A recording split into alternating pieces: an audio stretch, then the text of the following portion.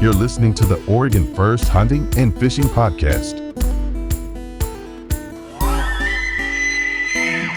Our mission is to connect with and actively engage Western Oregon outdoorsmen. Like, I want to encourage people to have a positive life change from the outdoors. Yeah. It's not just killing something. One question we ask on this show is, what's your true motivation behind your life in the outdoors? What's going on deep down inside of you when you're engaging with hunting and fishing? I believe that God gave us the ability to do this. That's one way to connect with God. This is where the spiritual piece really comes in. We are a part, we have a profound impact on our resources. I don't know how to answer that other than to say it's just all about Jesus. Listen to this podcast, join our Facebook group at Salem First Hunting and Fishing Club, or participate in any of our club fishing trips, shooting events, or hunting trips. Welcome to the show. We are super glad that you turned in. We're super glad that you tuned in, and we hope that you learned something valuable from today's episode about the outdoorsmanship scene in Oregon. We're recording here in Salem in our studio, and one of our goals of this show is to provide content that is specifically geared toward what we believe is the most overlooked segment of the outdoorsman community, and that is far west, Pacific Northwest hunters and fishermen. You know, Montana, Idaho, Colorado, Wyoming, they get all the love. No one really cares much about Oregon or Washington, so here we are, Northern California even, there's hunters down there, believe it or not, and they chase blacktail too. So here's what we got. Anyone who chases Roosevelt elk, blacktail deer, Willamette River smallmouth catchers, fishing salmon in the Columbia River, people who spend the fall and winter swimming around in the wettest woods in the lower 48, welcome. This is the show for you. Hey guys, join our Facebook group at Salem First Hunting and Fishing Club, or go to our Instagram page at OFHF Podcast. Like us. Follow our stories. And subscribe. Like and subscribe. Smash that button. We have picked up our following there. We don't have a whole lot of posts yet, so don't worry. We're not a scam or a fake page. We're just creating content kind of as it falls in our lap. And Eric has begun deleting the bots that follow the page. Yeah, so... those are frustrating. The unsavory account bots. Yeah. Be a part of the community. Join us for any fishing trip, hunting, or shooting event we have coming up here in December 16th. We're going to be having a duck hunt out on the Salmon River in Otis. We're going to meet up here early. It looks like we probably want to be hitting it at about 9. So if we meet up at maybe, I don't want to make a decision on the air like this, but maybe 7:30 would be a good time to leave Salem here. It's pretty much exactly an hour drive to the launch, so give us 30 minutes to get out and set up and start hunting. But with the hunting the bays, you don't really count so much on daylight. It's more high tide is when they come off the roost and feed in the grass that gets flooded.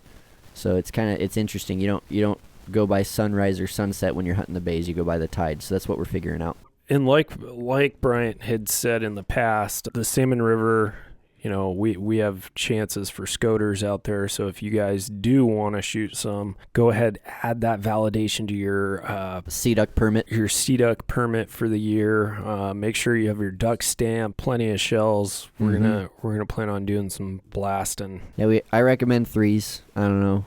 Jericho, what do you shoot? 2s or 3s are probably the best. Yeah. Potential for geese out there. So if you have your goose permit, you've taken the goose test. If not, then just stick with ducks, especially if you've never been out before. And yeah, the sea duck permit's $2. The waterfowl validation is somewhere around $15 to $17, I think. The federal stamp is $25. The federal stamp, which you can get either at the post office or at somewhere like Bi-Mart, those are $25. And coming up February 10th and 12th, 2024, the Jefferson Baptist Church Men's Outdoor Ministry hosts every year an outdoorsman show. And this year, amongst other years, we've had it, or JBC has had it, at the Lynn County Fairgrounds and Expo Center in Albany. We are going to be there February 10th to the 12th, we're going to host a podcast from the show one of the days. I think it's the Saturday. At least one. I wouldn't be surprised if we do more, too. Yeah, it's going to be really cool because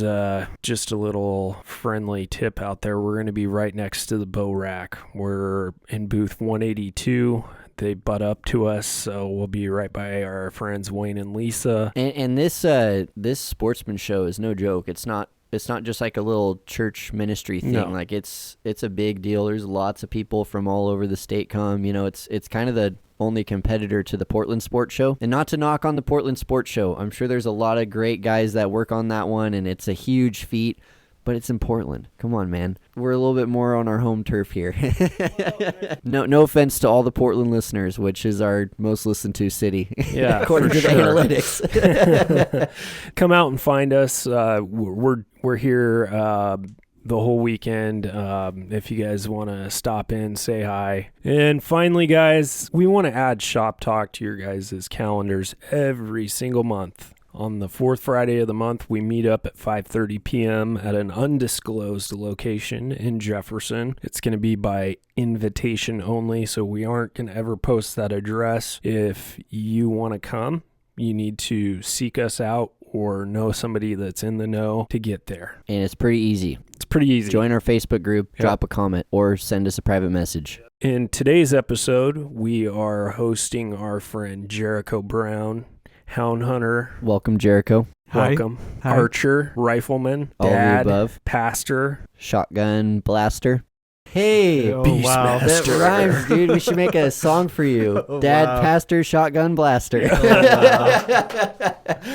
I wouldn't go that man. far. That was more universal. That would be a good t-shirt. Dude, we have so many great ideas on this show. Other things to expect on this episode. We're going to talk about Eric and I's week in the outdoors. We have an update on the bill to ban hound hunting for bobcats here in Oregon. Little spoiler alert, it's good news, surprisingly. Not because I hate bobcats. Gearheart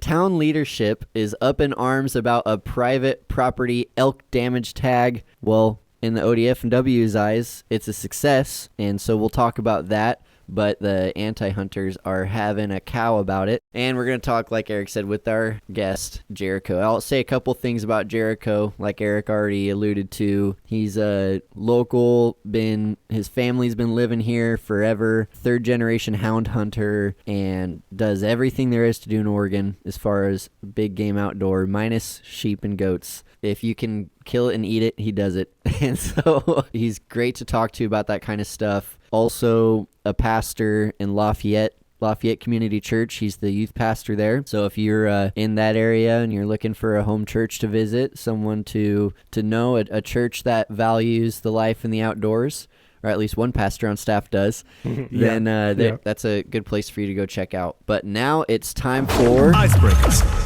3, 2, 1, go! All right, Jericho, are you ready for this? I am. Fishing or hunting? Hunting. Bow or rifle? Bow. Elk or deer? Elk. West side or east side? West side. West side. Yep. Bobcats or raccoons? Oh, that's a tough one, but I like running bobcats, but I've killed a few more raccoons than bobcats, so. I've got a bonus question in here. Favorite brand and pattern of camo? That's a tough one. It's probably Realtree because I shop at Walmart. So. Yeah, I was just gonna say Walmart. Yeah, Walmart, whatever Walmart has at the time. Mafia breakup. I don't think Walmart has licensed the Sitka patterns, subalpine or anything like that. But Like Bryant said, I'm a youth pastor, so can't really go too fancy there. He's a youth pastor and he has hounds. Yeah. That means all my Walmart. money goes to the dogs. Well, just to clarify, you're pretty quick to say west side. Is that because it's close? You like spending time there, or what? I think it's just easier for me to hunt west side because I live here. So I like going over east.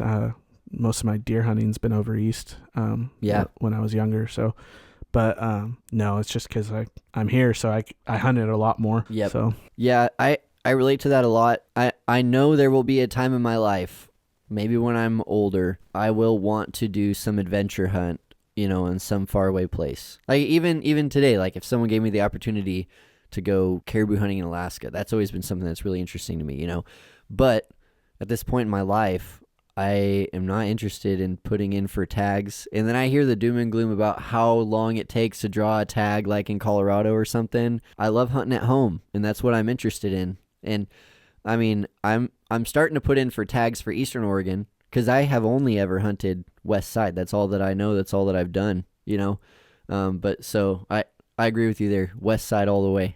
Yeah, it gets expensive. I mean, when you travel and the gas and getting ready to go over there for a week at a time, 2 weeks at a time, whatever it is. Yeah, taking the time off. Like, I love where I am in life now, is I can hunt for a day and hunt some great territory and be back at night, not be gone for weeks at a time like a lot of people have to. But then on the gas note, I feel like I spend more money on gas. Yeah. Because one year I hunted 23 times before I filled my buck, and all of those are day trips. 23 day trips. This is before I had kids. Yeah. 23 day trips. You know how much gas that probably was? I never added it up. That's probably an expensive deer, dude. If I would have just taken a week with the trailer and camped somewhere, that would have been way less gas. Yeah, for sure. Yeah. And hound hunters know about spending gas money. Just a little bit. Yeah, what's that? Was it your grandpa would say that you have to go through a truck to make a good dog? Yeah. Every truck you have, by the time the dog's finished, that truck's pretty much done. Just beating it up. It's a dog now too. Yeah. Yeah. Well, now it's time for a personal hunting story from your hosts. I'll start off. Since when we recorded last time, it was the very beginning of deer season, and so I did get to see one buck down this season. I didn't fill my own tag though. It was a great season. I saw lots of deer with the season running late, lots of deer movement. Not so much during the day like I expected, but in those sunrise times and sunset times, really the sunset, I saw the most action. So it was a great season, so many deer. And one of the guys that I took out, his name was Matt. Shout out, hey Matt. Got to help him get on a buck. Yeah. Here locally. That was really cool. It was a nice little 4x3. So cool experience there. I pulled my gun up on 2 different bucks in the last week, but both of them were cruising. Like they were not stop moving. Yeah. The whole time I saw them, you couldn't get a grunt and get them to stop. No, and so the first one was with 2 other does, and soon as I pull my gun up, the does were already spooked by me. I tried to pull my gun up as quick as I could, and he didn't even know I was there. He just followed the does into the bushes, dove in after him. And then the second buck, second to last day of season, and he was tiny. He wasn't as small as Jericho's smallest fork. Hey now. Which, sorry to bring that up, but he was a little tiny forky guy. Yeah, it was better eating than anything else. Yeah, I was ready to shoot that buck. I went without a filled tag this year, but I pulled my gun up and I could not find him in the scope, and I put the gun down and look up, and I couldn't find him because he's already gone. He was crossing the road in front of me. That's probably good. Sometimes when you take desperation shots like that, you end up in situations you don't want to be in. So yeah, like searching for an elk for a week. I wouldn't call that desperation though. I mean, that was just. It was just. I think that was more of an equipment malfunction than anything. It was a multitude of reasons. Yeah. Which for those of you listening, you can listen to the elk story. Yep. This is a few episodes back explaining all that. But one thing that was disappointing about this year, you know how you hunt all season and sort of the beginning of season, because you don't really see as many deer with the weather. They're mostly nocturnal. Yeah. It's like scouting. You scout before season and you know areas, but then as the season progresses, you like learn specifically on this mountain that I'm hunting, the deer are in this crack, Mm-hmm. That season, as season progresses, my hunting spots, I usually pick about like 5 of them that I scout, and then as the season progresses, the list gets smaller and smaller. And I kind of, okay, this area is not going to happen. This area has too many people. Well, by the end of it, you kind of have all your eggs in one basket. Those last like 4 or 5 days of season, for me at least, I'm going to hit the area that I've seen the most deer, the most tracks, the most buck tracks. I don't care if I'm seeing fresh rubs and buck tracks, I'm going to hunt an area. Yeah.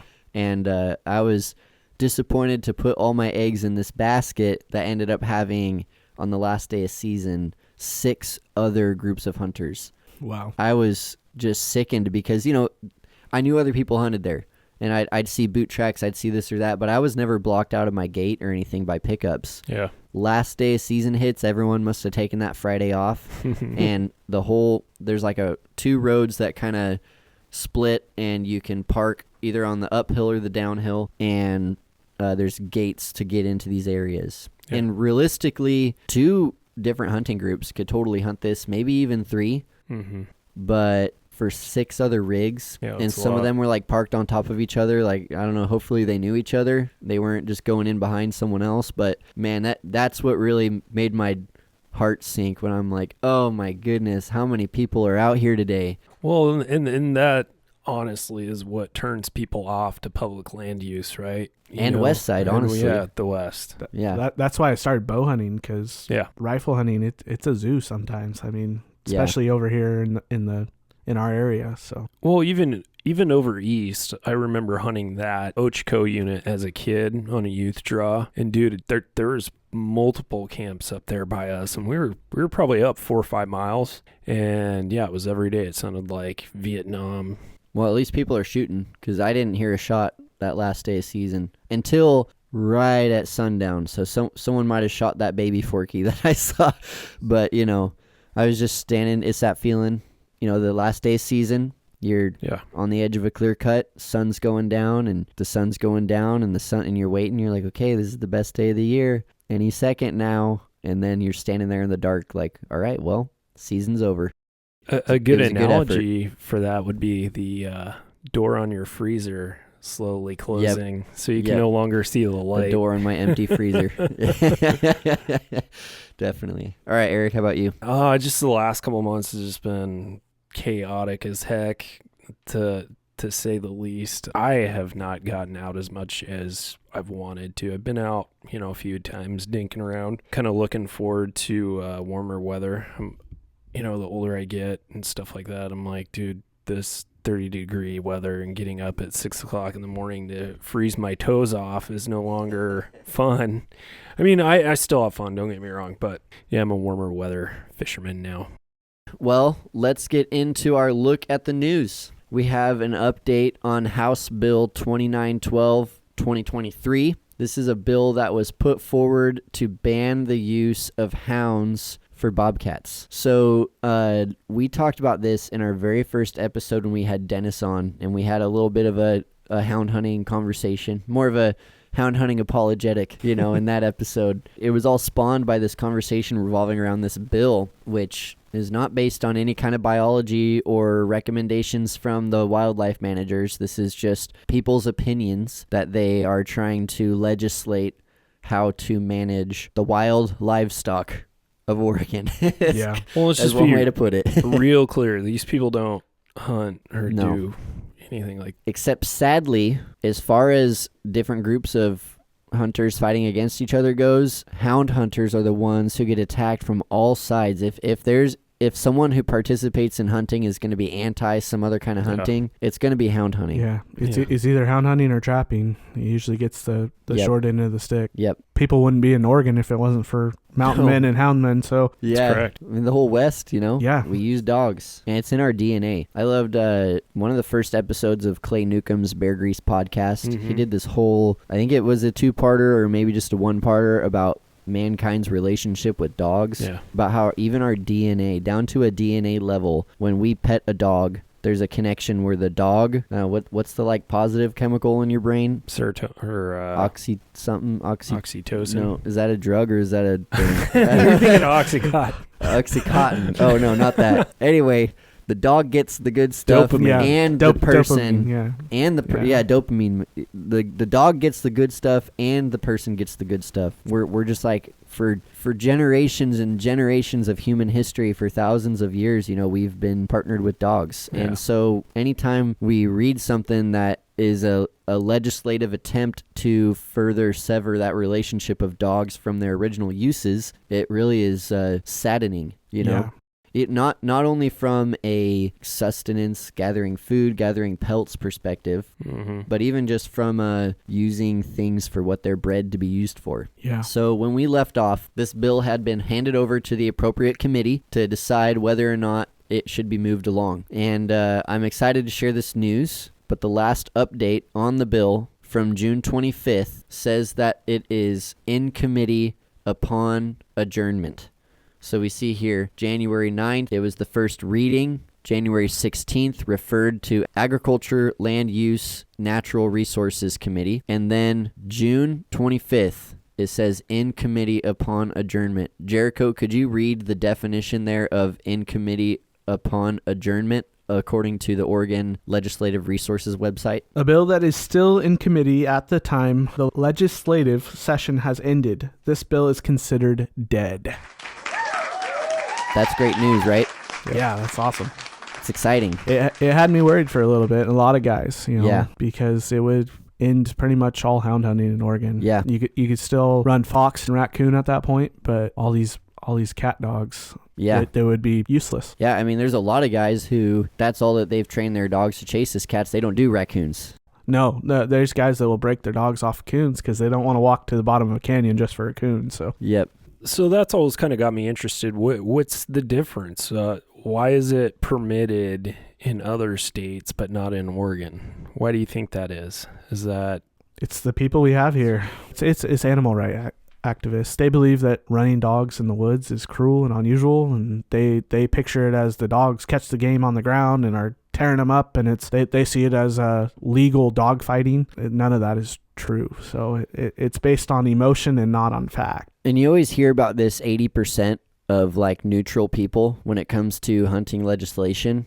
You know, they talk about there's the 10% anti-hunters that are trying to create these laws to make hunting more and more illegal. And then there are the hunters, which are 10% of the population or less, who are fighting for the rights to hunt and to preserve it. So those two groups are fighting for the votes of the 80% in the middle who are okay with hunting. They're fine with it. They don't participate in it. They aren't particularly passionate about it, but they can be swayed either in the direction of the 10% of extreme anti-hunters who use false rhetoric and language, and they put pictures of baby animals on their hunting ban bills and petitions. But they can also be swayed by the 10% of hunters who are passionate for preserving that lifestyle and the self-sufficiency and food gathering that comes with it. Well, it kind of makes me wonder, too, what point are they going to outlaw the use of dogs and waterfowl, right? Because a lot of times that's the next step. You know, you wing a bird, it goes down, the dog goes out after it, and the dog literally is breaking its neck and dragging that duck or that goose back in. So it really comes back to the same thing. It's a retrieval process so that the hunter can actually kill game. Yeah, well, and that's what they're going for. I mean, that's the next step. If they can get this, this bill was to change the language of Measure 118, which stated that you can't Measure 18. 18, excuse me, that you can't run cougars and bears with hounds. So they wanted to change the language to say all cat, and so that would include bobcat and lynx, which aren't in Oregon. So yeah, and they add the lynx in there. They might as well have add African lion and jaguar and leopard, because they aren't here.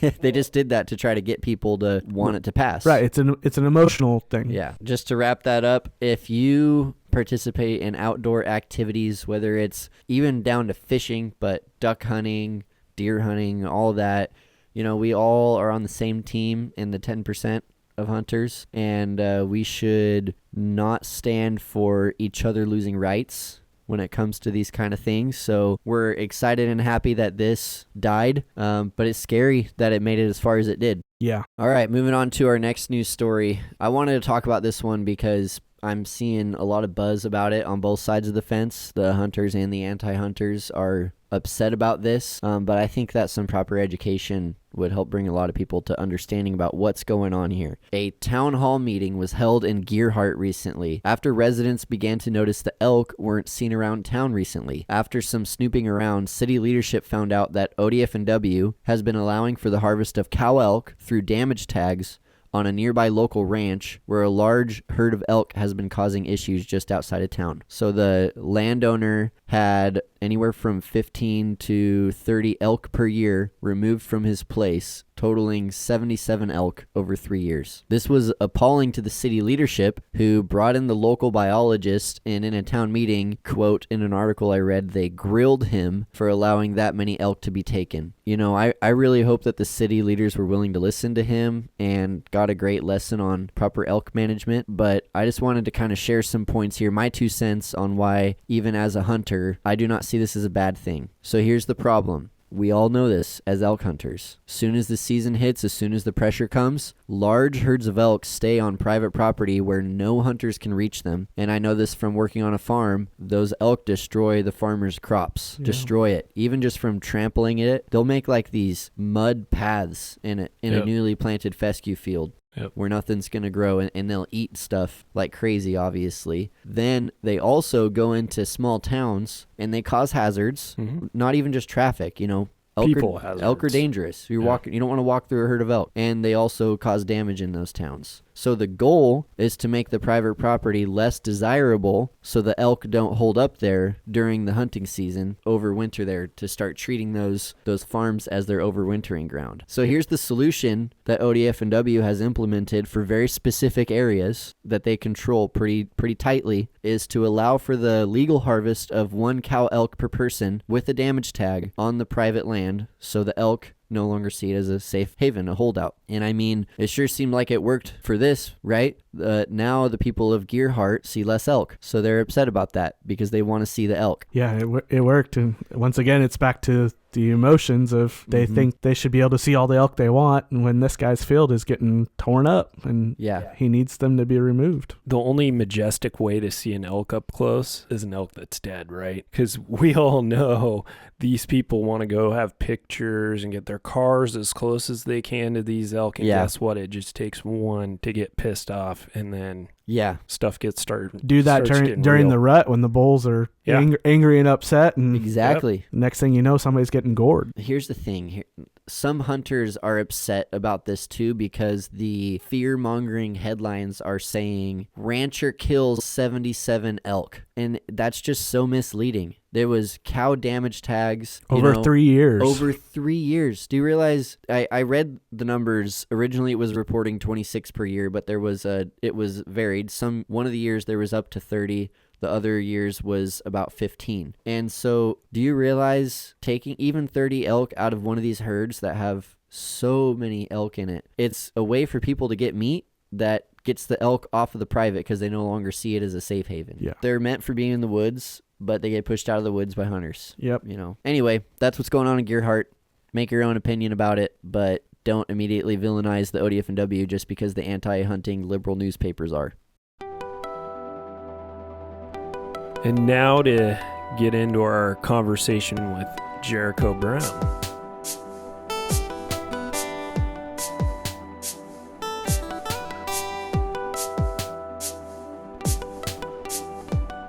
Thank you. Glad to be here. Yeah, man. Thing that we ask every guest to kick off the conversation and just kind of get a little bit of your heart and who you are and what you love is share your favorite hunting or fishing story or outdoor experience. So I think my favorite hunting story was a few years ago, and my first bobcat I ever treed with my own dogs, and it was pretty exciting. My dad got to be with me, and that's the first cat he'd seen in a tree for like 15 years or something like that. Wow, yeah. So we tried a lot when I was younger, but we had dogs that wouldn't tree, and they ran a lot of cats, but just wasn't a tree dog. So, but we struck this cat off the box, and I thought, here we go, because my dogs weren't broke, and so my dog struck, and I put them down, and all of a sudden they hopped up on this stump, and that's usually a good indication that it's a cat, not a deer, because deer don't walk up on stumps. Yep. So. I'll have a video to show you about that. Well, maybe they do sometimes, I get right? what you're saying. But all of a sudden they dropped down the hill and they all blew up and we're all barking, and I had my 8-month-old pups in there, and they ran down, and all of a sudden I heard my dog switch to a tree bark, and that's the first time I've ever heard that. And I'm like, I looked at my dad and I said, I think he's treeing. Yeah. And all of a sudden the others started treeing, and I was like, they're treed, you know? And so it was so exciting to share that experience with my dad. You know, we almost lost the cat because I had an older dog at the time she didn't tree too. So that's kind of been my problem growing up with the dogs I've had, is they wouldn't tree. So, and she in the name of the breed. Yeah. Well, she was a running walker. So, okay. But she backed off the tree and drug everybody off the tree. And I was like, oh, great. You know, they stopped treeing. So as we walked down there, we pushed them back, and it was actually my pup that located the tree. And I was pretty excited about that. And then they settled back down, and my older male dog started treeing again. And you brought up an interesting point there. So the change in bark, right? So you're talking about straight out of the gate, they're starting to bark. As soon as you get them out of the box, they're on something, right? Mm-hmm. So what's the difference between that out of the box bark and, hey, I'm treeing something, you better come shoot it soon? Yeah. So hounds have a lot of different voices, if you say that. So, you know, when they're trailing, there's dogs that have ball mouth, and there's dogs that have the chop mouth. And chop mouth is really fast bark, and a ball mouth is kind of a long, echoey bark. And so when they're running something, if it's a cold trail, it's usually kind of slow, ball mouth. And then when it gets jumped, it gets faster and excited, and they're barking a lot. And then when they tree, it usually switches. Most dogs, not all dogs.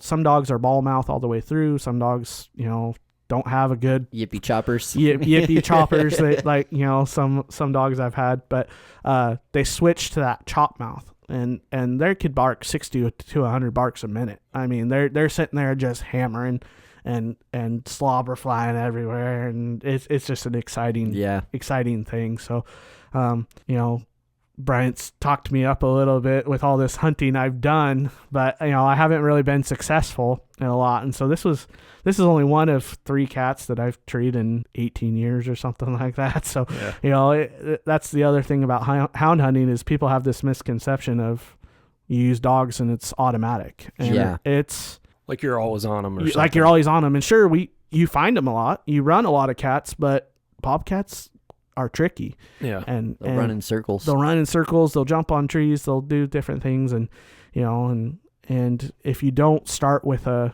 broke dog, when I say broke dog, I mean a dog that will only run the game you want it to run, you know, the things that are legal here in Oregon. And some guys only want their dogs to run bobcat. They don't let them run raccoon or fox or anything like that. So, but when you start with that, you usually are a little more successful. But that could be starting with a dog from anywhere from $1,000 to $5,000. Yeah. And so it's a big deal. And so it's like a Maserati of dogs. Yeah. Jeez. Yeah. So I think if there's one important thing for someone to take away from this conversation, is that hound hunting is not as easy the world wishes it was, because then it'd be really easy for them to just get rid of it. Right. But it's work. It's so much work.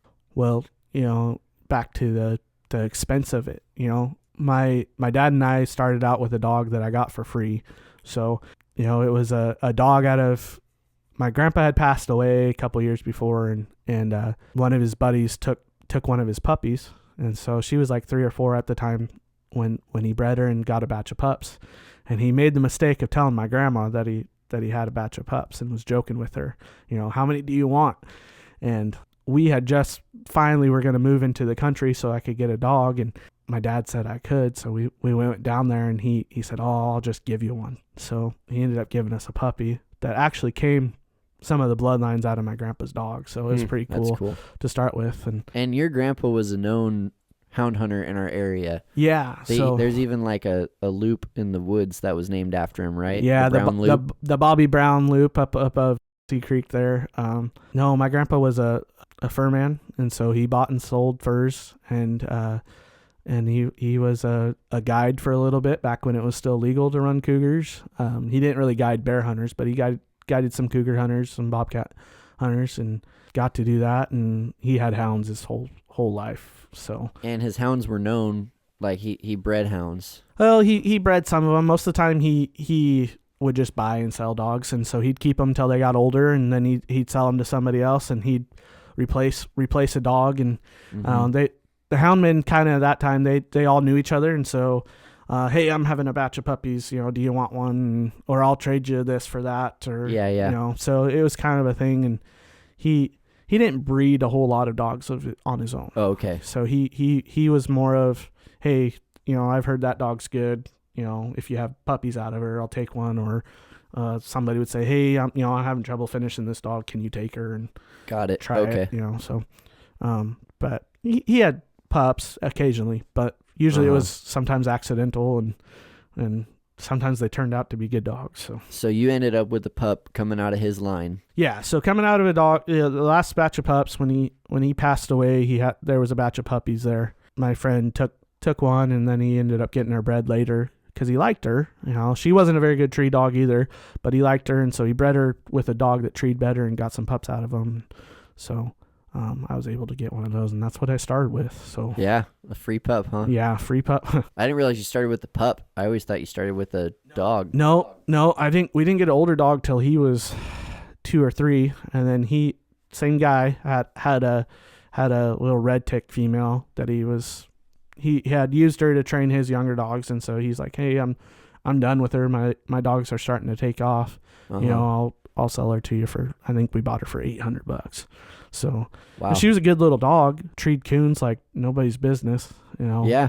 But when it came to cats, she'd run them hard, but we later found out she had some kind of sickness, and so she would run them hard and then end up like fizzling out, and we're like, what's going on, and later we found out she had something wrong with her, some blood disease or something. And so when you're looking to either buy a hound or possibly get one for hound hunting, are you specifically looking at any particular bloodline or sex of dog? So the sex depends on the guy. So some guys will hunt all females, some guys will hunt a mixed pack, some guys will hunt all males. It just depends on your preference with that. But you're looking for certain traits. You want both parents to be good dogs. I mean, usually guys want a cold nosed dog, which means they can run a track that's older, and they want a dog that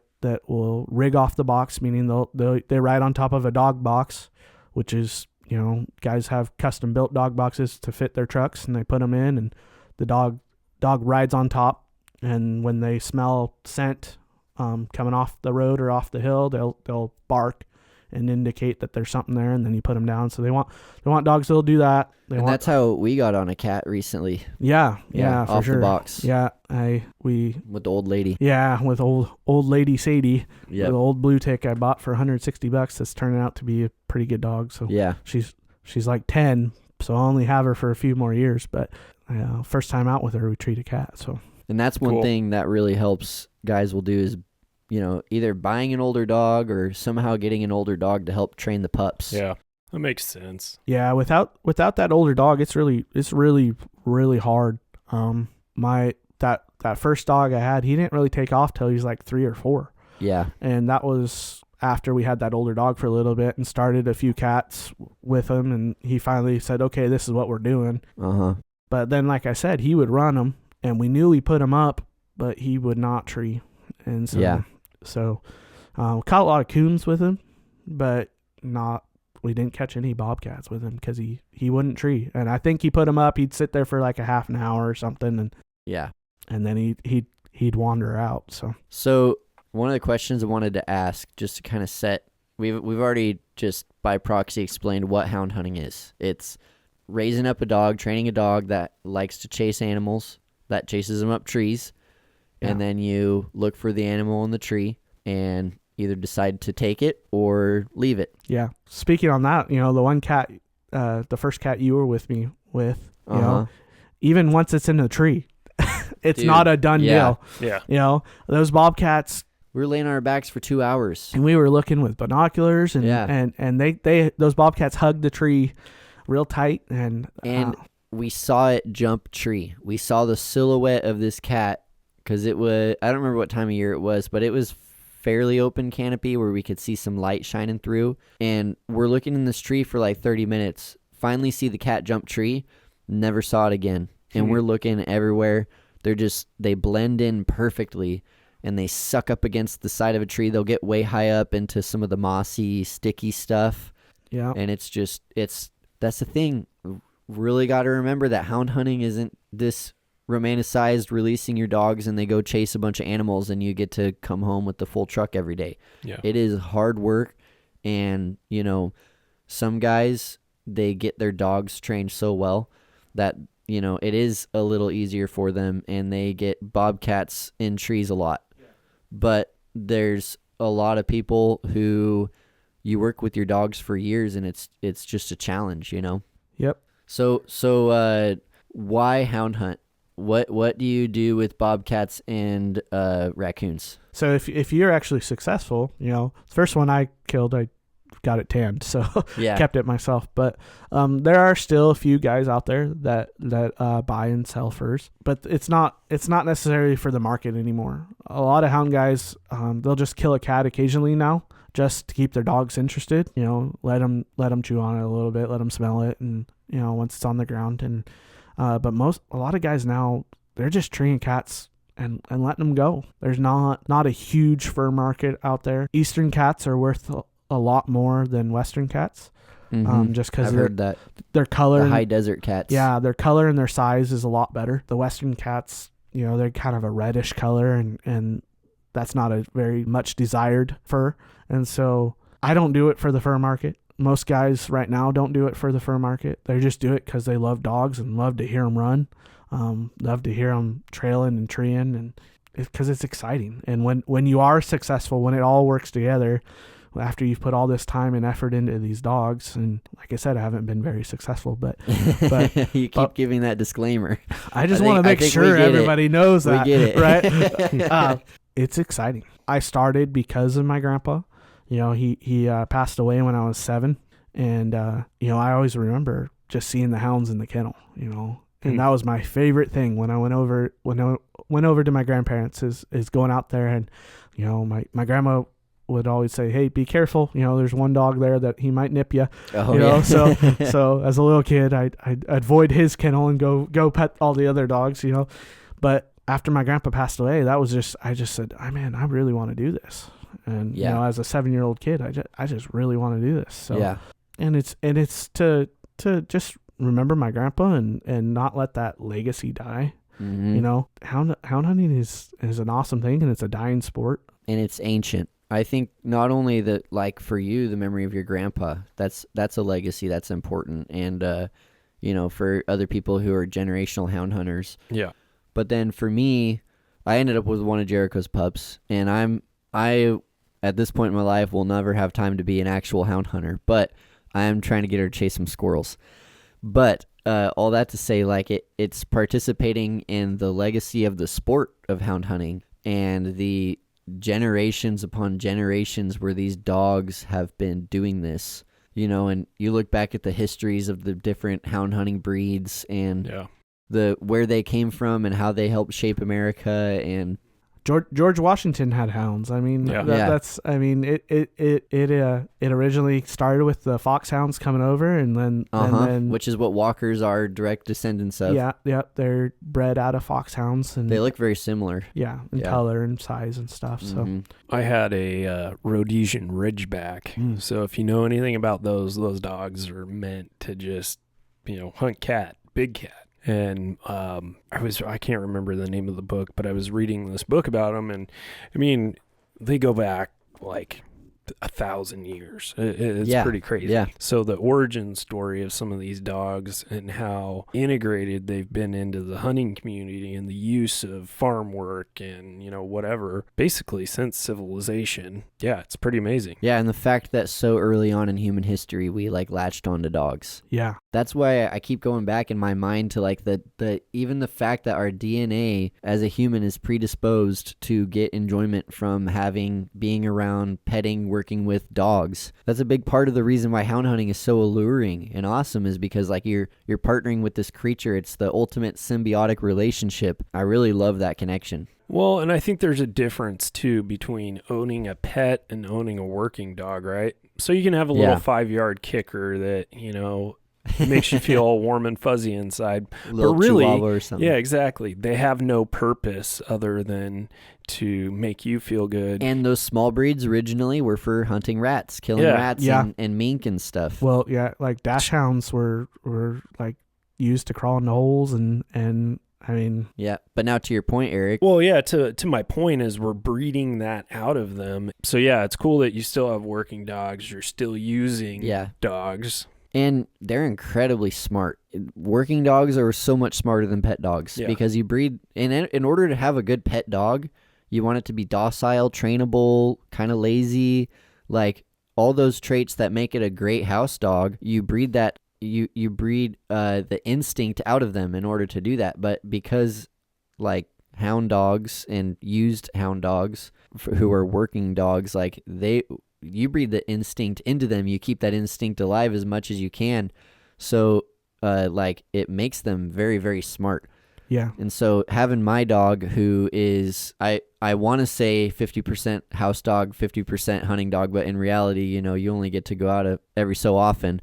I never punish her for barking at squirrels at my house, though. The neighbors probably hate it.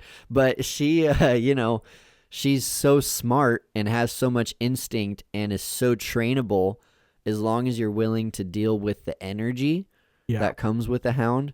They have, they run themselves to death, literally. Yeah. They run and run and run and run. That's what they're bred to do. Is run, smell stuff, chase it till it stops or climbs a tree. Yep. Mm-hmm. And so, you have to be ready to deal with a super high energy dog. But the benefit of it is when you get past the energy thing, like she's so trainable in so many ways. Like I have so many commands that I tell her and she just, does it. Like I recently got her herding my chickens and she does really good. She doesn't eat them. She, Jericho's nervous about that because all it takes is the little predatory snap and she'll break some necks. But I just say, I give the command to chase the chicken toward the coop and she does. And then I say, enough. And she immediately stops. That took all of her, she's only a year old, all of her 1 year of life so far, beating her off of those chickens and not letting her go near the chickens. And, she respects that she's not allowed to touch the chickens or chase the chickens. Yeah. Until I give the command, then it's like she gets so excited and it all breaks loose that she gets to chase something, Well, and I think that's kind of important to say is, I used the word broke earlier and that's probably not the best word, but it's more like bending these dogs to chase what you want them to. Yeah. Because their natural instinct is to use their nose to find a track and run, whatever. And so when I say broke dog, I just mean dog that will only run bobcats and raccoons. But the real thing you're doing is just bending their natural instinct to run what you want and not this off game. Mm-hmm. So if they're chasing a coyote, you give them negative stimuli. Right. If they're chasing a bobcat, you let them do it and you reward them and you, good dog, talk to all the stuff that you say. And, Yep. Yeah. Yep. Yeah. The stuff that I've heard Jericho say in these last years of hound hunting with him that I now say to my dog just because it's what comes out, Yeah. Yeah. And the only reason I say it is, I actually was able to dig up some videos of my grandpa and that's awesome. And some of the hunts they went on, and so that's what he always said. That's cool. what my dad said. Oh, you praise him real good at the tree and pet him up and like I said, we've retrieved quite a few coons, and so doing that coon hunting, and it's fun, exciting. It's hound hunting is hunting that anybody can come with you and do. You don't necessarily have to be. You don't have to be the shooter. I've never been the shooter. Obviously, I don't have fur bearers, and I've only been a couple times. So, but it's something that everybody can walk down there to the tree. Especially coon hunting. It's pretty. You gotta walk through blackberries and get wet and stuff. But you could have 10 guys with you, and you can be as loud as you want. Yeah, you can talk. When you're walking to a bobcat tree, you probably should be a little more quiet, or because sometimes the cat will jump or something if he sees you coming. But most of the time, the dog's got him held up there. He's busy watching the dogs. He's not gonna jump. So like I said, it's something that everybody could come do. As you know, it could be sitting around in the truck for 100 miles.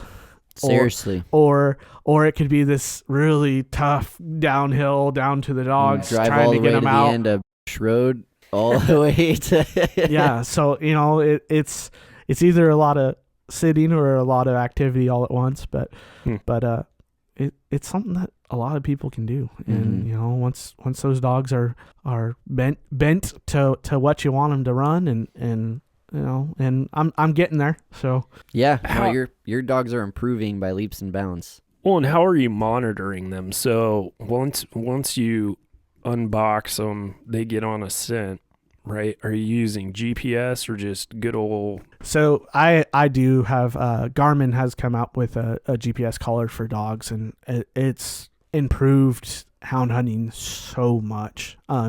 You're not spending hours just looking for your dog, because you know exactly where they are, if everything's working correctly. Because they run out of earshot. Yeah, they can get over a hill, and if they're just over around a corner or around a lip of a ridge, you sometimes you can't hear them, and they're hundreds of yards away. Yeah. And so it makes you think about your elk bugles. Yeah, right. For sure. So when we first started, that was the other reason we didn't catch a lot of cats. We had just an old antenna system that would beep.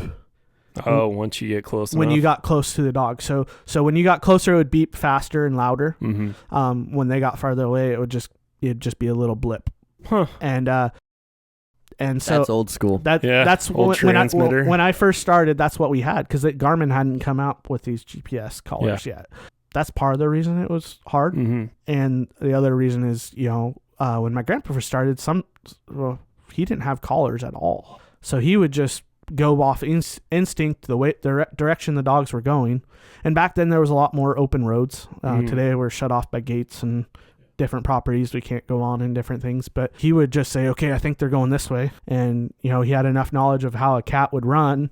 He said, okay, they're probably going to go here and loop there or whatever. And so he would just have to go by ear. And that's the dog, a good ball mouth dog that was loud. That's what they wanted back then, because they could hear them a lot better. But yeah, now today those GPS collars, which are expensive. Mm-hmm. I have 5 dogs, and I strap $300 around their neck every time I go out, and the handhelds are like $750. Even mine now are outdated, so they're constantly updating them. I have a Alpha 200. They now have an Alpha 300, and the collars I just bought a TT15X, which is their track train newer one, and then they just came out with a TT25 and 20. So they're constantly updating them, and I'm seeing some Black Friday deals. Yeah. One of the things we wanted to ask is, how could someone get into hound hunting? And we've already given like lots of tips and pieces, but I just want to kind of succinctly say or ask, like, what tasks do you need to do to get into hound hunting? Yeah. You obviously need to find pups or a pup. Yeah. You need to, it really helps if you can get an older dog to help train up your pups. Right. How many dogs does someone need? What's the bare minimum for running? You could do it with, you could do it with 1 dog for bobcat, but most guys have usually 4, and then some guys have up to 10 or 8. It just depends on the guy. I think 2 is 2 a bad dynamic. 2 is not a bad dynamic. If they work well together. If it's a well-rounded dog. Meaning they do a little bit of everything. But no, if you want to get started, it's better to start with a trained dog. So a dog that somebody's already broke. Dog that's not going to run trash. See, a lot of my problem was without a broke dog, I spent a lot of time running trash, and so you'd go out, and if there's no snow, you don't know what they're running until they start a little bit, and you're sitting there watching, and then you can kind of figure out, okay, they're heading out of the country. It's probably a coyote. Okay, tell us, like, you can tell by the way they're running what they're chasing. Yeah. So whether it's a deer, an elk, a coyote, a bear, something you don't want them to chase. So most other game, besides bobcats, will end up usually running a straight line eventually. So a bobcat will when he's jumped, but it's not going to be like out of the country. If he's jumped and running a straight line, he's going to tree fairly fast after that. Because that means the dogs are right on him. Right. The dogs are right on him. But a coyote or a deer, you do your best, but there's something about them that the dogs just love. I think it's a lot of scent. They don't have to stick their nose to the ground. Oh, They can run with their nose in the air. Yep.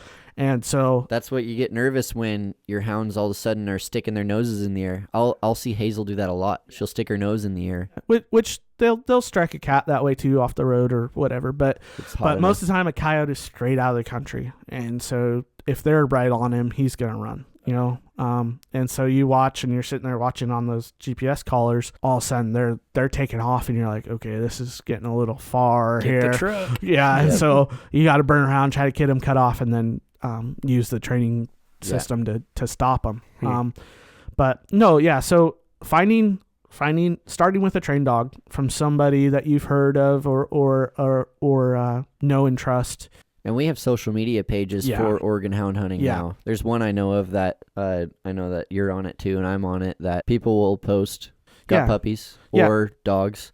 I've even seen a lot of guys, they'll have like a 5-year-old dog and they say, I'm moving, I can't take him with me. Right. So if we're going to look at expense wise, just to get into something like hound hunting, what are we looking at? Like, do you need to own a rifle? Do you need to own a bow? I mean, what are some of the tools of the trade that you need? How much money are you looking at getting into it? It sounds like a lot like fishing or archery, where you could just spend a butt ton of money real quick right up front. It all depends. So, they have different GPS systems now. Bryant's got a little different one than I do that's a little cheaper. Yeah, I don't remember how much mine was. It was a few $100, right? Yeah, it's still a couple $100. It was Cabela's when we were up there. Yeah, I got it there. It's what's the brand? Dogtra. Yeah, and it instead of having a separate GPS unit like the Garmin system where it's a handheld thing, it uses my phone, which is a downside for a couple reasons. It's cheaper because I don't need to buy a separate GPS receiver. Right. But the downside is phone runs out of battery faster. The maps that are on it are not as detailed. In fact, most of the time it's literally just a tan background. It's not like a topographical map or anything. I can load it if I remember to load it before I get out there. But if I get out there and I open it up, it's like, I didn't load the map. Then it's just a tan background, and I can point like a compass which direction the dog is. And if you can afford the Garmin system, it's 100% worth it. They even have like a unit that you can put in your truck that you can watch it from inside the truck. A drive track is what they have. The called. Handheld ones that's all satellite. Watches they have. I mean, it's all connected. You could get into it, but to start, so usually a package collar for the newest one now, I think they're selling it for $800. So that's a collar and one collar and a handheld, and I think that's the Alpha 300 and the TT25 or whatever it's called now. That's on sale today. So I Black think Friday is when we're recording. You know what blows me away about some of these companies? Like, we have Vortex, Loophole. Yeah, all right here. CRKT, Benchmade, all these Leatherman, Pendleton, all these awesome brands. The technology's right in our freaking backyard, right? Yeah. And it's still super expensive to get. It just baffles me. Right. So you need collars. You need obviously everything that comes with having a pup as far as kennel. Right. So, you could go to Bi-Mart, get a kennel for like $250 or whatever. That's what I ended up doing. Yeah. So starting with the dog, if you're going to start with a trained dog, that's anywhere, like I said earlier, from usually a good dog's like $1,200 to $5,000, depending on how old they are, how much experience they have, what bloodlines they have, that kind of thing. And then usually a pup can be anywhere from like $250 to $500. But frequently you do see them where, like in Jericho's situation, where couple of dogs had a litter, and Jericho's only going to keep a couple, right? And he'll $150, $200. Yeah, but my dogs aren't proven, so I don't feel right selling them for higher. But there's a lot of guys like you. There's a lot of guys that have accidental breedings that are still good dogs that aren't inbred. Yeah. That you can get pups for cheaper. Which inbreeding is a tool that some breeders use, but for the most part, you don't want to buy someone's brother-sister litter that they accidentally had. Right. Yeah, there's a couple guys here in Oregon that have some inbred dogs that are good dogs, and they did it on purpose.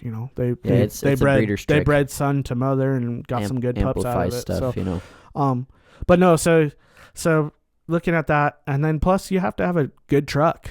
I mean, you saw my truck when I pulled in this morning.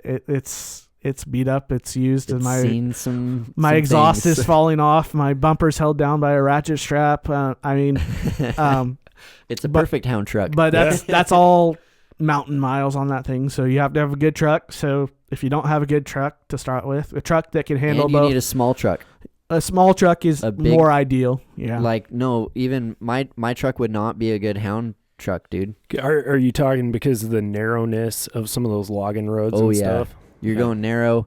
You need a truck that's good in the snow. Yeah. I've learned with the tires I have and just the geometry of my 2011 F-150, it crab walks really bad in the snow. Anytime there's any kind of pitch in the road, that back end is sliding that direction. And so, it's just not an ideal Hound rig compared to Jericho's little Toyota, which is amazing in the snow for some reason. It's just the way that it's made. It's like a perfect snow rig. Well, and I have a little more driving experience in the snow than you do. Sure, so. Yeah. Then you have the dog box. So you either can order a custom one. Aldergrove dog boxes they have great dog boxes. There's They're someone aluminum. local making them. They were local. I think he's got a shop now in South Dakota. I think he might have moved. I'm not sure completely. Well, yeah, because you can actually hunt for cougars out there. But you got that, which can be. Their aluminum dog boxes are like 2,000, but they're 500. Sweet. They are like everything you could think of needing in a dog box, and they've got it figured out. Yeah. Right. They've been in the business a long time, so they'll custom make you a dog box for your truck to fit your bed or whatever you want. You said they're all aluminum? Yeah, theirs are like the diamond plate. All Nice. aluminum, and are those insulated? they can be. Yeah. Okay. Do you insulate yours? Right now I just have a wood one. Okay. So I just have an over the rail one, which means it sits on the edge of my pickup bed. And I just throw hay and a rubber mat in there, like a stall mat, and it keeps them pretty good. Yeah. It keeps them pretty warm. Yeah. So, but yeah, and then you have your monthly costs of dog food, your vet bills, your shots, spay, neuter. Yeah, all that stuff. And so it's a ongoing cost. Mm-hmm. So looking to get started, you're going to spend $5,000 or more. Minimum. On the spay and neuter note, when you neuter a dog, it changes their behavior. Yep. Are you nervous about doing that with a working dog, with hounds? No. Sometimes it will really affect a dog, but most of the time if they are already doing what they're supposed to be doing, so you do wait a little longer. That's a mental thing. Yeah. It's not a they might not be as aggressive on a track or something afterwards, but there's most guys, if they don't want to deal with it, that's the couple litters of pups I've had have been kind of accidental. It's better to do that if you can. I hear that a lot. People are like, oh yeah, my lab's just way too, berserk all the time. We're going to get him fixed or, get her fixed. And it's like, that's not the end all cure all. What it really comes down to is spending time with the animal. Yeah. Giving them what they need. With the hound dog, I learned as soon as, I was so pissed all the time about all the stuff she ate. Yeah. Everything, dude. And it's because I've realized, for one, she's high energy. For two, she's super smart. Those two things combined, she gets bored really easy. And so if there's something for her to be chewing on when she's bored, she's going to shred it to pieces. And that's just been the challenge. I have to keep her mentally stimulated and keep her, try to run her as much as I can. Even she made me start jogging. Yeah. I never would have done that in my life, but now I jog the dog whenever I can, or run the dog, but I'm jogging, just because it's gotta keep this dog satiated, because she is just will get bored and start eating everything and escaping, or start barking. That's the other thing with my dogs. They get bored and they start barking, and then my neighbors complain. Apparently, my grandma told me, because I keep them in my grandpa's old kennels, so I have the privilege to live right across the road from my grandma, and the kennels were still there, and I've had to redo them a little bit, but I have the privilege of keeping my dogs in the same kennels my grandpa did. And so, but apparently I was at work one day and my dogs were barking for 5 hours straight. The neighbor called my grandma and said, "That's just rude." and I do my best to send keep him a thing of cookies. Yeah. Sorry. keep them more down. And, put bark collars on them sometimes, and they're a dog bred to bark. And so when they get bored, or if the neighbor dog's running around, or a cat walks in front of the kennels or whatever, and a squirrel runs across the fence within eye shot, they'll be barking for hours, and because they want out to go chase it or go play or whatever. So and they don't forget quickly. No. I'm finding that out with that old blue tick I got. She'll strike something, and if I don't let her out to check it out, we'll be going down the road, and she'll just keep striking because she wants out of the box. Yeah. She's like, "Hey, I told you I smelled something back there. Let me out. And I'm like, "No, I didn't see a track." If there's snow or whatever, I didn't see a track. And so I'm learning that with her because she's been teaching me a lot of things. So, but no, yeah. So it's an expensive endeavor. You're talking $100 every time you go out for gas. And then if you're bringing snacks or whatever, and destroying your truck. Usually, most guys that hunt cats will use like a 22 caliber or lower. You don't want to put a big hole in it if you are selling them. And everyone's got those. My grandpa found that a 22 mag is best because if you hit them in the jaw, it'll go through the jaw. Like with coons especially, because you aim for the head. They were using 22s and they were hitting coons in the lower jaw, and it wouldn't kill them. They wouldn't go through, and so they started using 22 mags, so it has a little more oomph to break the jaw and go through if they hit them low. And so most guys find a cheap 22 or 22 mag, and some guys use 17s or whatever. So 17 HMR is good round. So you've got your dog, your collars, your kennel at home, dog supplies. You've got time to exercise your dog. Yeah. You've got the dog box, the pickup, the weapon system. You've got your 22. Yeah, and then you got to have a good pair of boots because if you're going in there, like I said, my grandpa always kind of did things cheap, and my dad said he'd wear a pair of rubber boots and jeans and an old raincoat. And he said there's one time that they ended up walking almost all the way around the base of Mount Hood. The dogs were running something, and wow, and there was no road system. They couldn't drive any further in the snow. And he said by the time they got back, because his boots were rubbing on the back of his leg, he had cut his boots all the way down to the heel. To try to to stop the rubbing from, and he had sores at different spots every time all the way down. Yep. Got to roll them over. They're great for scent control and keeping your feet dry. They're not great they're not even that great for keeping your feet dry because you sweat in them. No, I hunted a couple years in insulated rubber boots, and I had to walk like 12 miles one time, and brutal. I was so sore by the time I got back. So not enough ankle mobility for me. So yeah, it's expensive.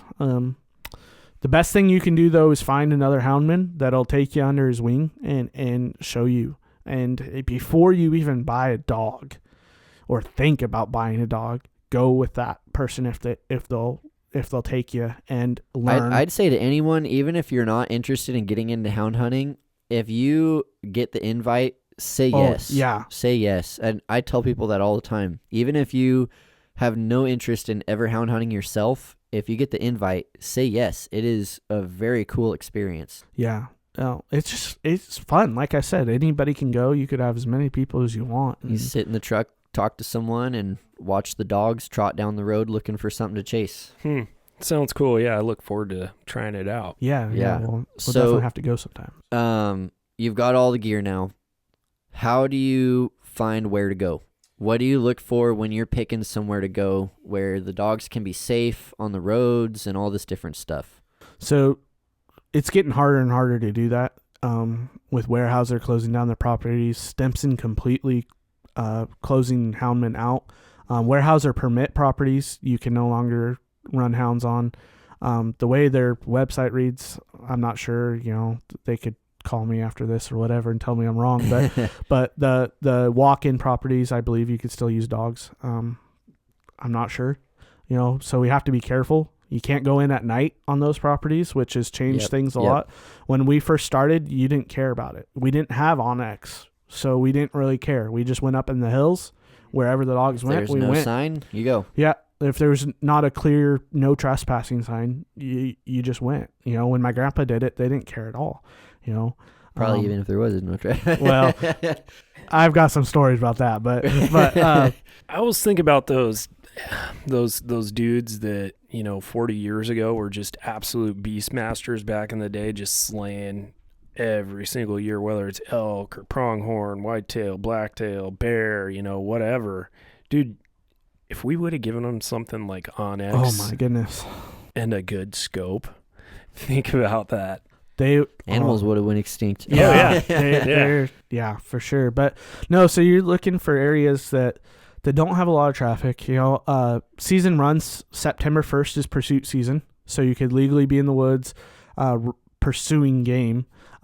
They've changed the law. You can now have your dogs in year round, but you can't pursue things from March 15th till September 1st. So you can exercise them without pursuing. Yeah. And then pursuit season, you can chase stuff, but you can't shoot it. Right. And then the hunting season. Hunting season for raccoons starts November 15th.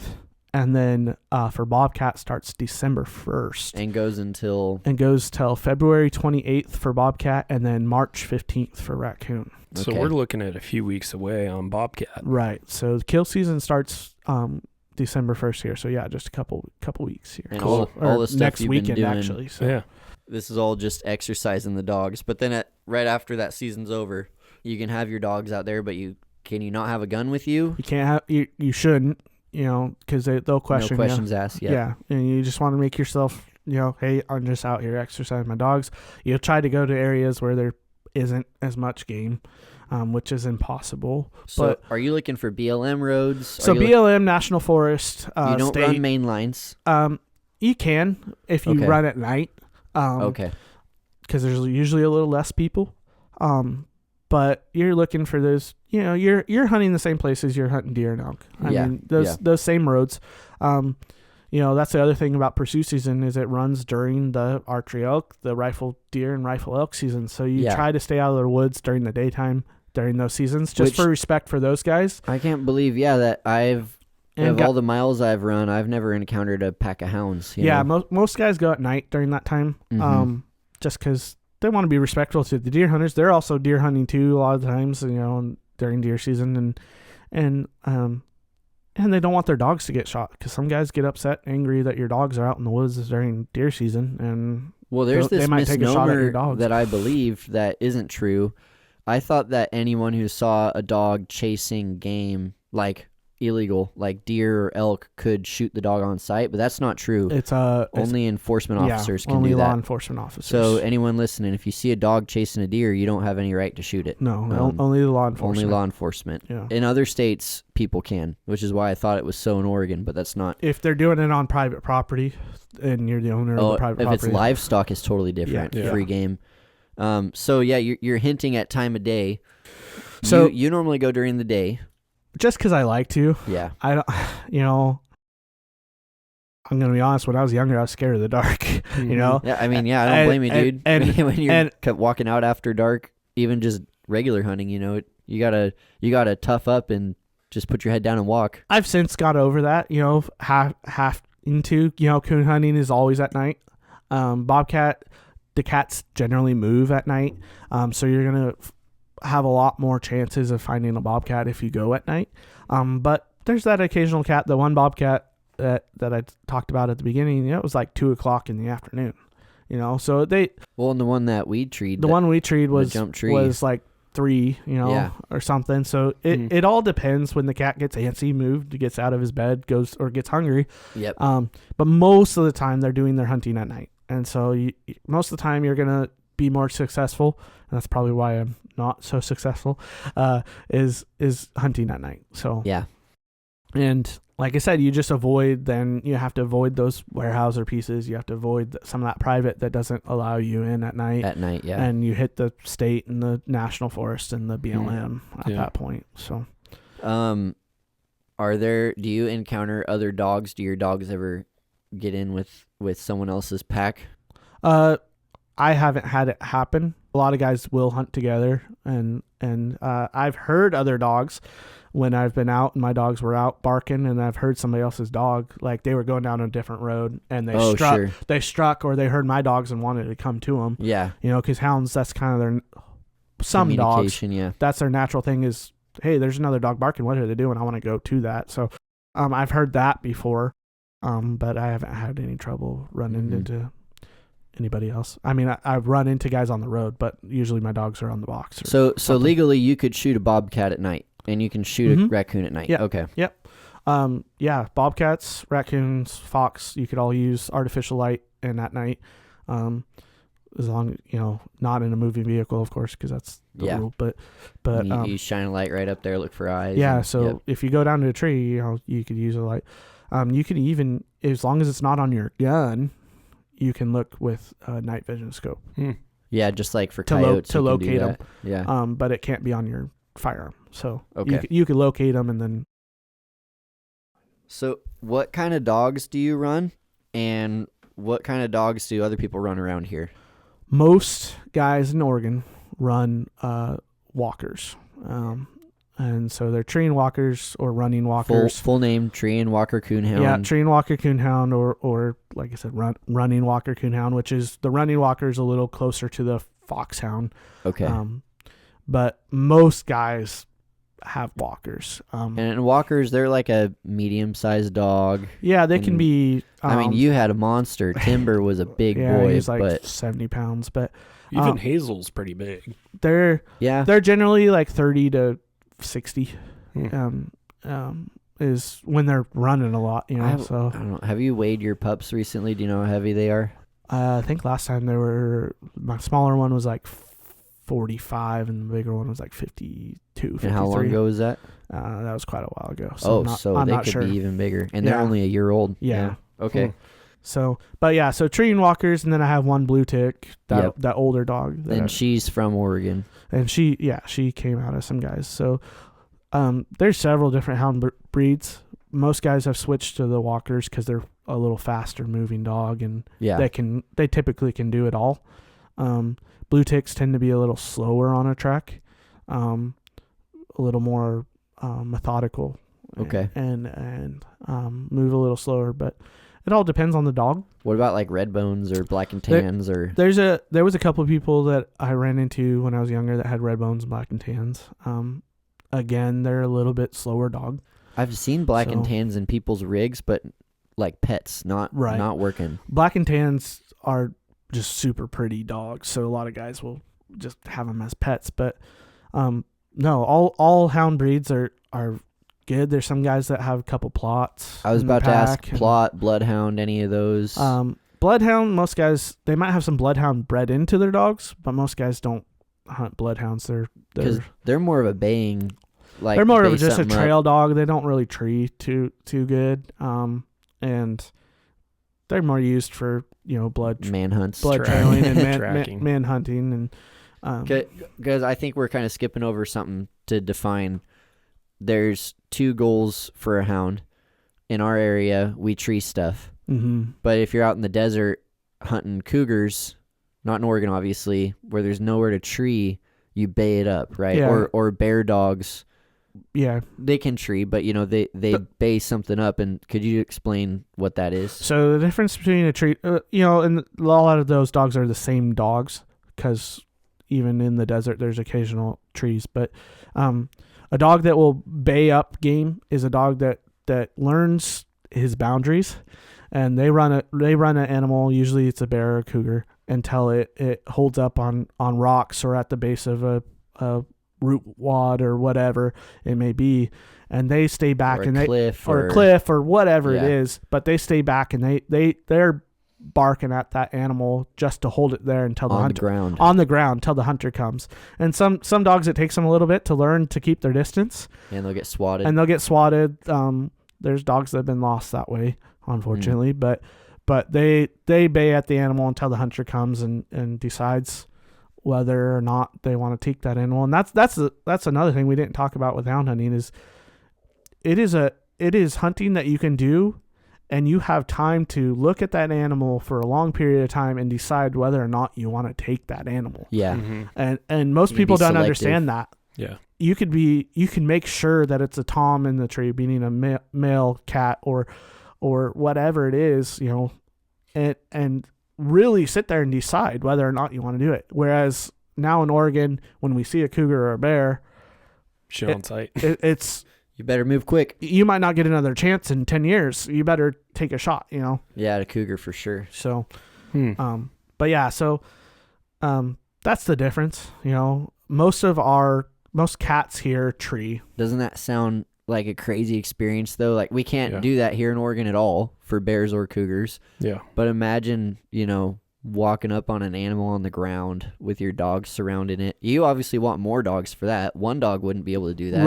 Right. If you're hunting areas where you're gonna end up having bay ups, you're gonna want a bigger pack of dogs. You're not gonna want because you don't want that thing to fight. You want it to cower. And here's kind of I wouldn't say it's off topic, but have you ever seen guys hunting razorbacks with dogs? So actual feral pigs. On like YouTube and stuff. Yeah, I have. Yeah.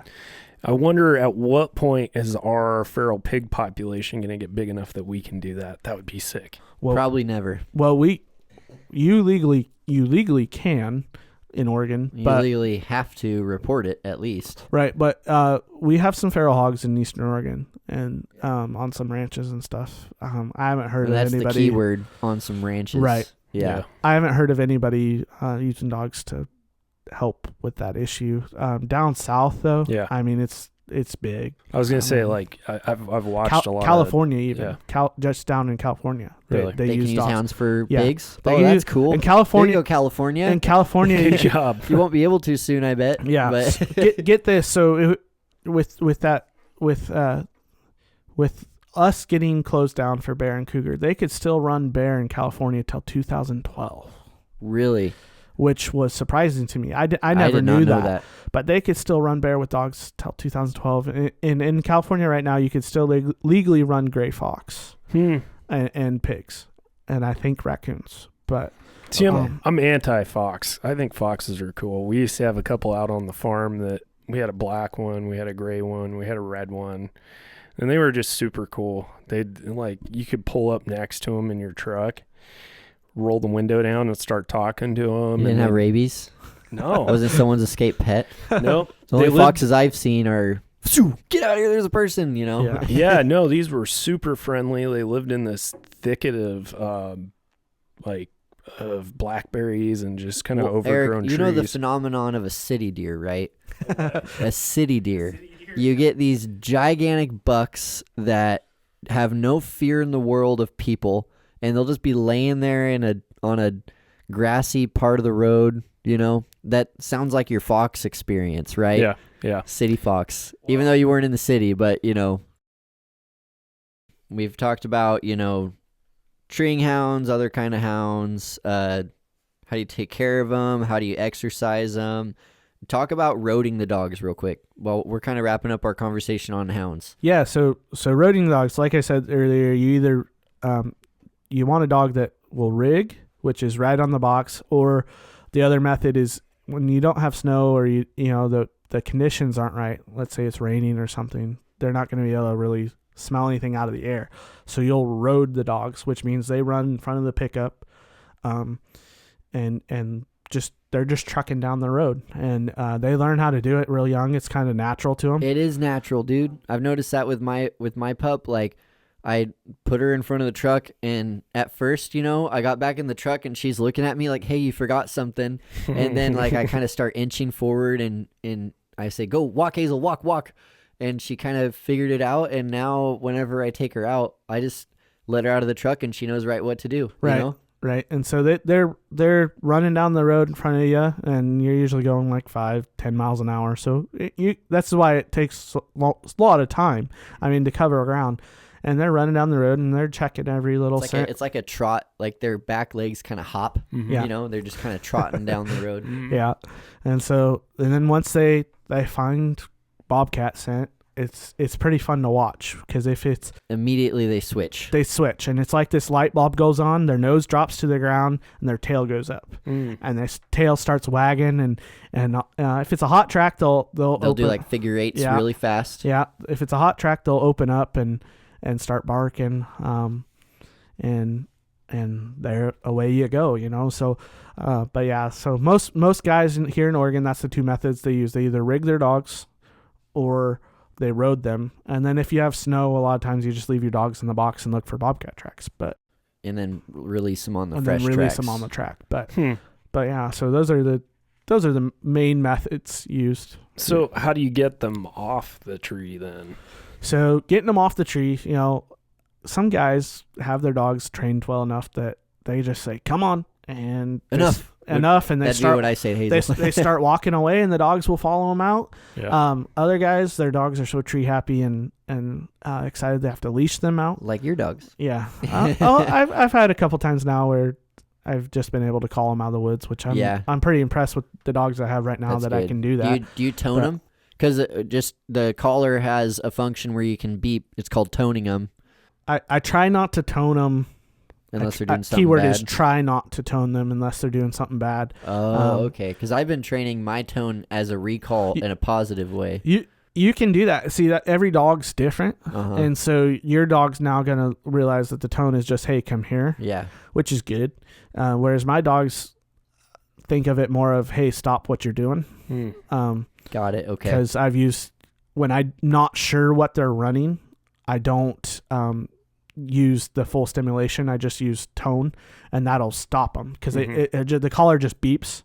It just goes beep beep, and they hear that and they're like, oh, okay, what are we doing? So but most of the time you have to leash them. And it's hard with 5 dogs to leash them and walk out of the woods. Yeah. If you've walked in the woods with one dog, you know how hard it is. On the last cat that we pulled him off of, where we had 2 boys and 3 girls. We had 6 dogs. Oh yeah. We had 6 dogs. 6 dogs. That's that tree. So, wow. You know, and so your leash goes to like a split lead where there's 2, and so I had Hazel, my dog, and then one of Jericho's pups, and then I think I had Sadie in the other hand, and you had the boys, and they're pulling you up stuff, pulling you down stuff. They're strong, dude, and they're excited, and you're doing everything you can. You're getting hung up on trees, but you know, it's the fun, chaotic part. Yeah, but no, like I said, there's some guys that have their dogs well trained, and they just say, "Come on." And even those, you know, talking about the dogs baying up cats, there's a guy that I follow on Instagram that he can call his dogs off of cat that they're looking at. Wow. And it's like, what in the world, man? You've worked with those dogs a lot, and that's cool. That's pretty cool. So, man. Speaking of, is there anybody that you kind of, because I mean, like, you're probably the only guy I know that hound hunts. So is there anybody in the community that you look up to, and how big is that community? Because it doesn't seem like an aspect of hunting that gets talked about a lot. Right. So there's a few guys growing up. Obviously, the guy that bought my grandpa's pup and got her bred, he's still he's actually an elder at my church. Oh, okay. And so I get to talk to him, and I'll ask him questions and stuff, you know, because my dad kind of got out of the game. His shift changed at work, and it was just too much to try to go on the weekends, you know.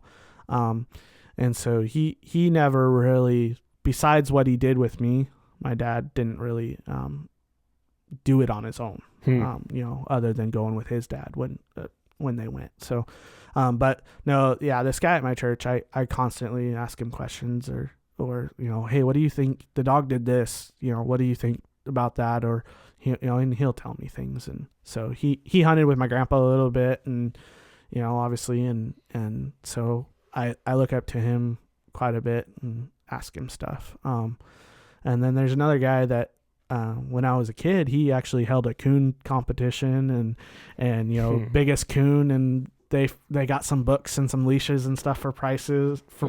And that's cool. And so he every time I run into him, it's nice to talk to him, and he'll say, oh, well, maybe, you know, I'll try this, or, oh, that sounds like they were doing this, or, you know, whatever. And so that's awesome. I think part of the thing that you're getting at is like it's a bunch of older guys, bunch of small town guys who have dogs and they've been doing it, but they're not going to make YouTube videos. They're not going to do any kind of media or anything. You know?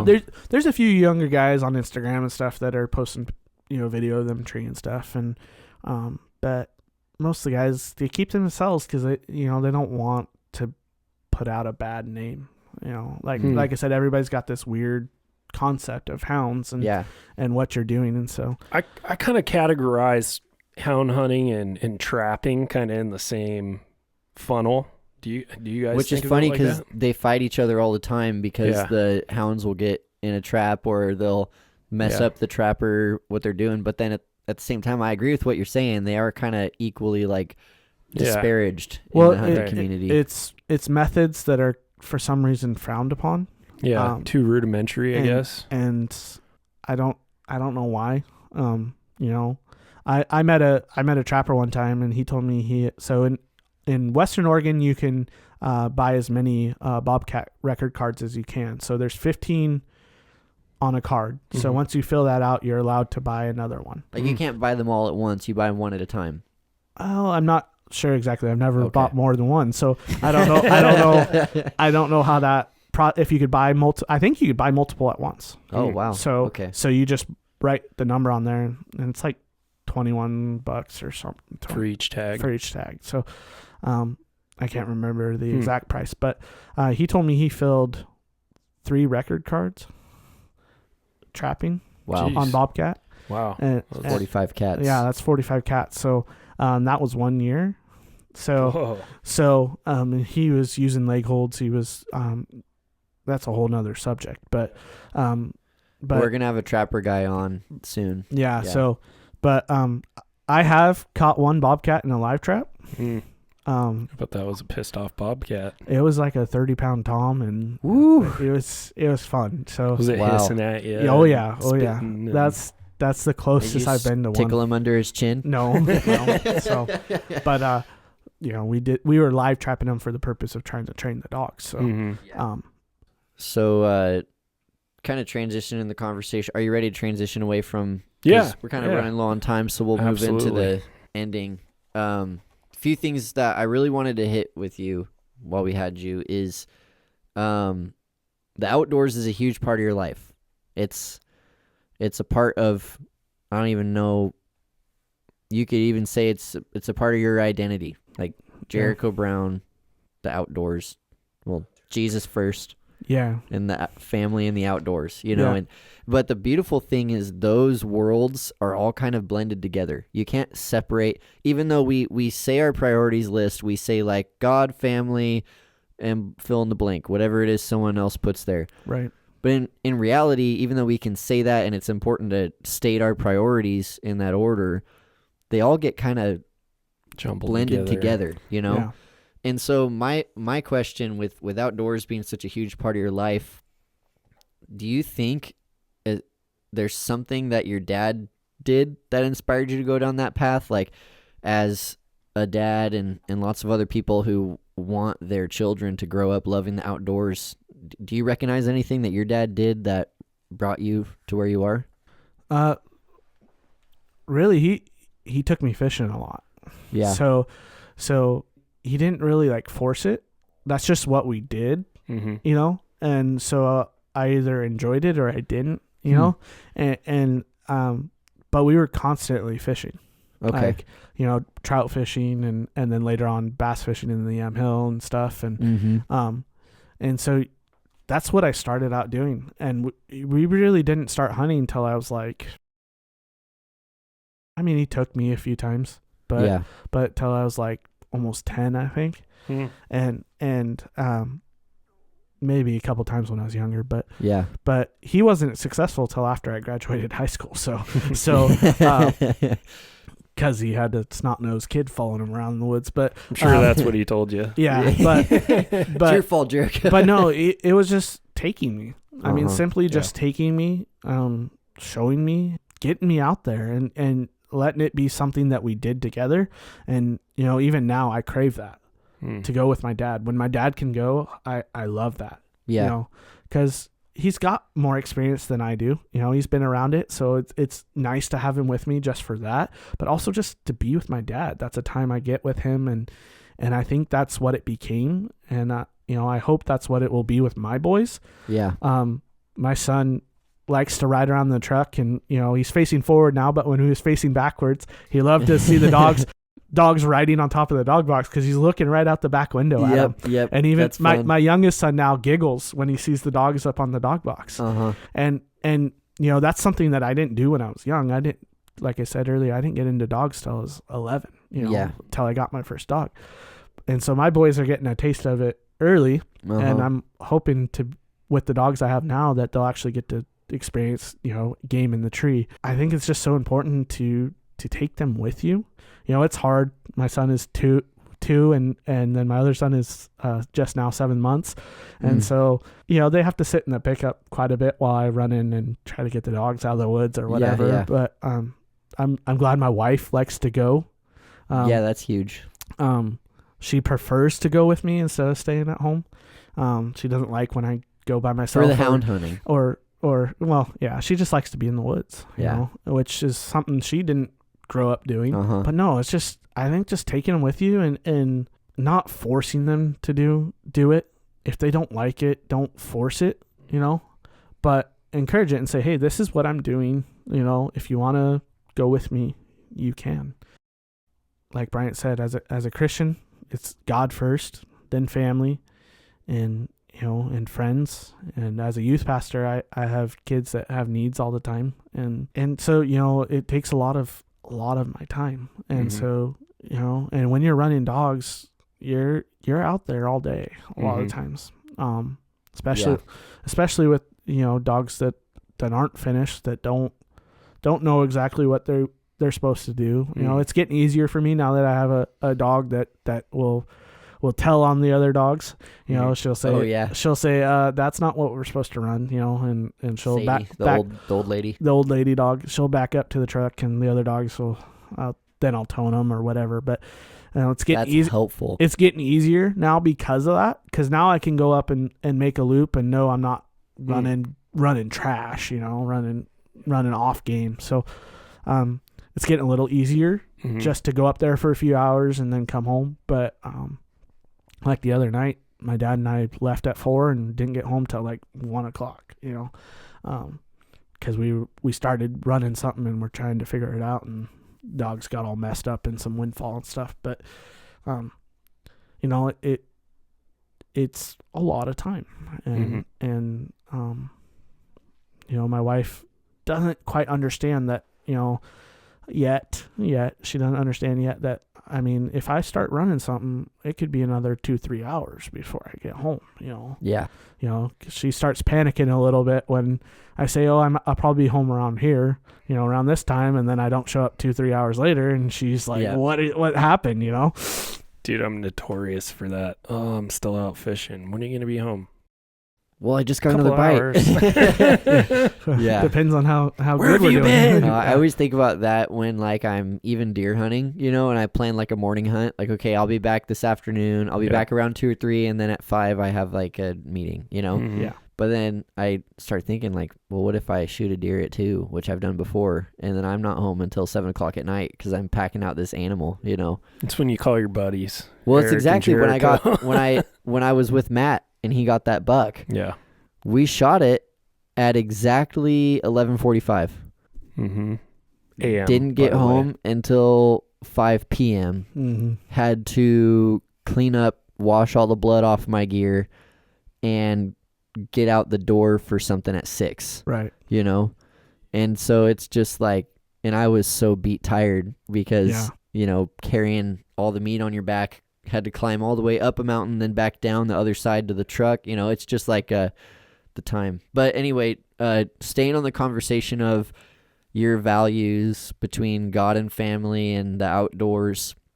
Now we explored like how your family interacts with that, but how does your relationship with God and even your personal life ministry, how have you combined that with the outdoors, and how does your life in the outdoors influence your spiritual life? Yeah, for sure. So when I'm up in the woods at all, You know, I look around and I just see the beauty of it.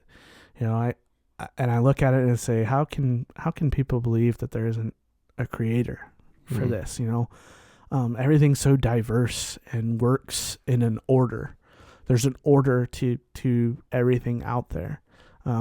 Even the fact, you know, that the dogs will run game, and you know, the dogs have taught me, and made me look at my walk with Jesus a lot differently.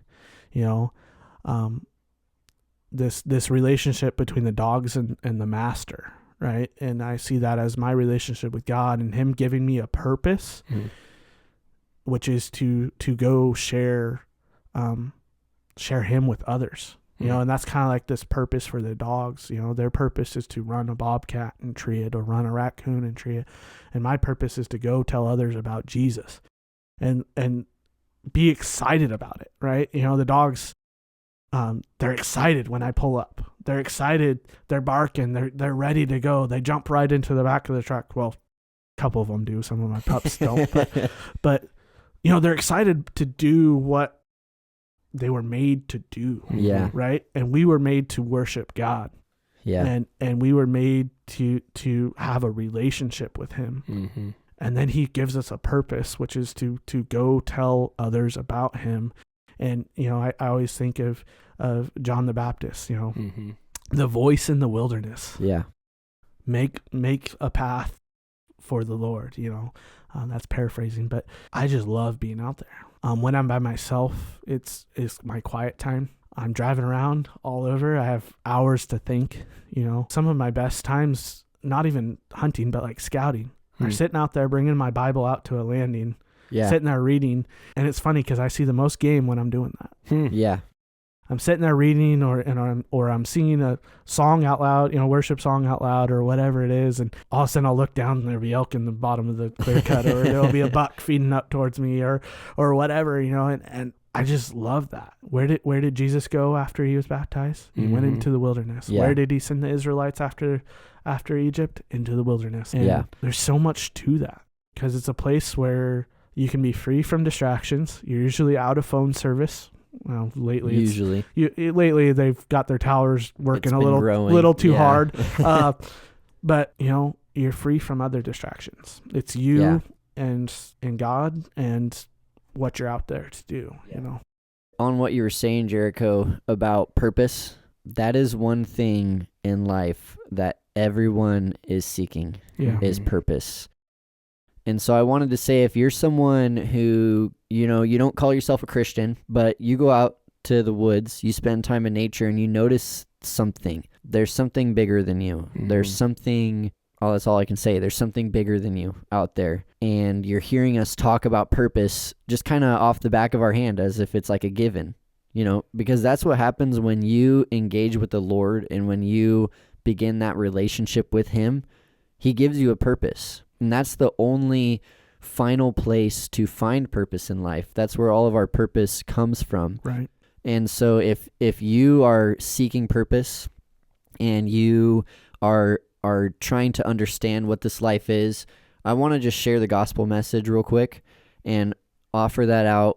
Listen to this, internalize it, and if you want to make Jesus the Lord of your life, if you want to give your life to him, then pray a prayer of lordship. Pray a prayer and put Jesus on the throne in your life and make him the king of your life. And we'd love to hear from you. If you make that decision, if you pray that prayer, please reach out to one of us, and we'd love to talk with you through that and see what's next. But I'm going to share, this is the gospel message. The Son of God took your sin and died in your place, then rose again by the power of the Holy Spirit, which made a way for you to have eternal life and reunite with the Father who created you. I'll go on to say, when you believe and make Jesus the Lord of your life, you are saved. Then you're filled by that same Holy Spirit as a down payment for your eternity. After that, the presence of God in your heart slowly changes your outlook and your behavior, causing you to love God and love others and be a part of the gospel mission. So you don't need to clean up and get your act right and say, well, when I'm done with this, I'll do that. When I'm not going through this, I'll do that.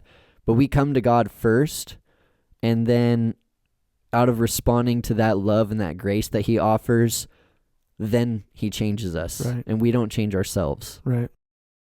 God's always a lifeline, right? But it's a lifeline that you have to have a relationship with every single day.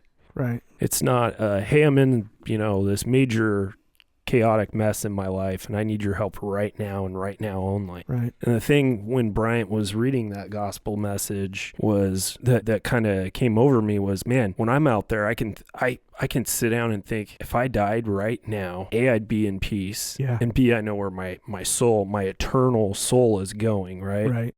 Hey, if anybody wants to hit you up on social media, go ahead, plug your stuff, the church, anything that you want to talk about. This is your time. Well, I don't really have a lot to plug. I think my Instagram handle, I don't even know what it is. I think it's jbrow316 or something like that. Something like that. If you're in the Lafayette area and you're looking for a church or you're seeking, come to Lafayette Community Church. We have our services on Sunday we have Sunday school from 9 to 10 and then our regular church worship service from 10 to 11. So, and if you're a youth listening to this, love to have you out to youth group. We have high school Bible study on Monday nights from 6:30 to 8 and youth group, which is 6th through 12th grade, on Tuesdays from 6:30 to 8. That does it for this episode. Thank you for listening. God bless, and we'll see you next time. Yeah, thank you. See you.